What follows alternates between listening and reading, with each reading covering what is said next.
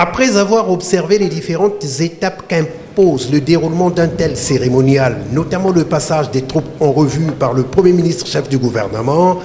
la lecture du décret de nomination par le préfet directeur général de l'administration du territoire, la notice biographique du nouveau préfet lu par le secrétaire général du département de la Likoumou, la remise du drapeau national, symbole de commandement et emblème de la République, le chef du gouvernement a déclaré Micheline Nguessimi investie et installée dans ses fonctions avec à la clé la signature du procès verbal d'intronisation.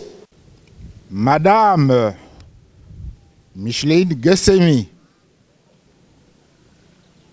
en vertu des pouvoirs qui me sont concédés,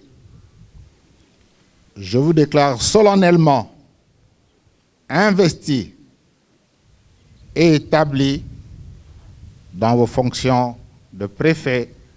du département de l'Alikoumou. En conséquence, je vous ceins de l'écharpe et vous remets le drapeau tricolore, symbole du commandement, emblème de la République du Congo. Cadre maison relevant du ministère de l'Intérieur et de la décentralisation, ancienne secrétaire générale du département du Poul, la soixantaine révolue, Micheline Nguessimi, très émue, a remercié le président de la République qui l'a nommé à cette fonction, le Premier ministre qui l'a officiellement investi, la ministre de la Promotion de la Femme pour sa présence à cette cérémonie. Devant vous, je m'engage dans le strict respect des lois et règlements de la République à poursuivre avec dévouement et exemplarité que requiert ma fonction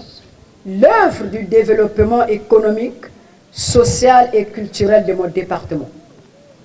Je voudrais par ailleurs vous rassurer de ma disponibilité à consacrer toute mon énergie pour le bien-être des populations.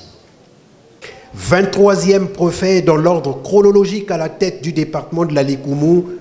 le Premier ministre lui a rappelé l'obligation de résidence. En votre qualité de première autorité administrative du département, vous ne ménagerez aucun effort à promouvoir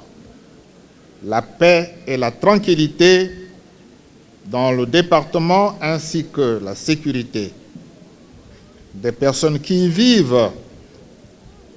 et de leurs biens. La cérémonie s'est achevée dans le strict respect des us et coutumes en matière d'intronisation, c'est-à-dire par un défilé militaire.